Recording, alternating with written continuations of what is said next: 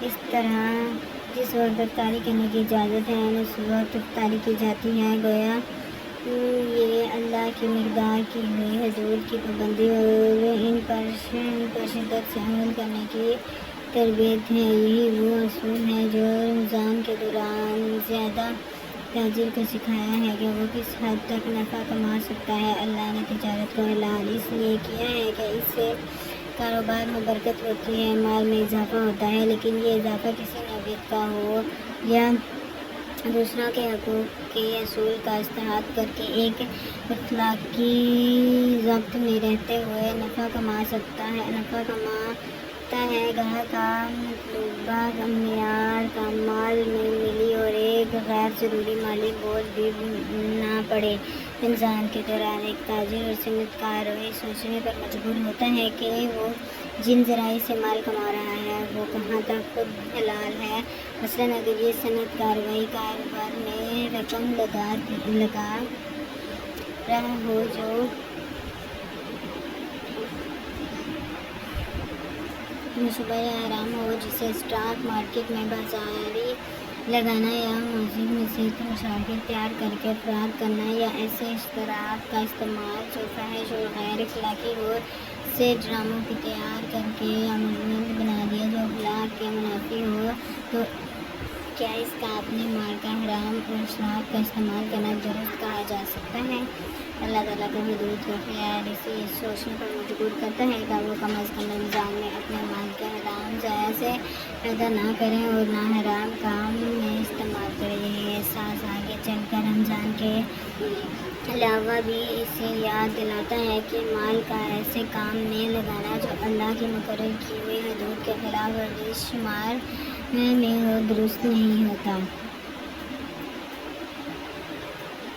رمضان کا احترام نہ صرف حرام سے بچنے کی تربیت دیتا ہے بلکہ مثبت طور پر ایسے کاروبار کام کرنے پر ابھارتا ہے جو انسان کی فلاح اور معاشرے میں معاشی عدل کا قیام کر سکے۔ رمضان میں بین الاقوامی سطح پر تجارت کے فلاح کا موقع فراہم کرتا ہے، چونکہ ایک تاجر گوانٹا نشاد یا اسلام آباد میں رہتا ہو چاہتا ہے کہ وہ مناسب قیمت پر مراکش اور ایران اور سعودی عرب کی بہترین کھجوریں قطر اور اسلام آباد کے بازاروں میں فراہم کر سکے۔ وہ اس غرض سے انٹرنیٹ کے ذریعے ان ممالکن کی تاجروں سے رابطہ کرتا ہے اور آخرکار اس کوششوں سے ہزار میل دور پیدا ہونے والے کھجور سے بے شمار افراد لذت یافتہ ہوتے ہیں۔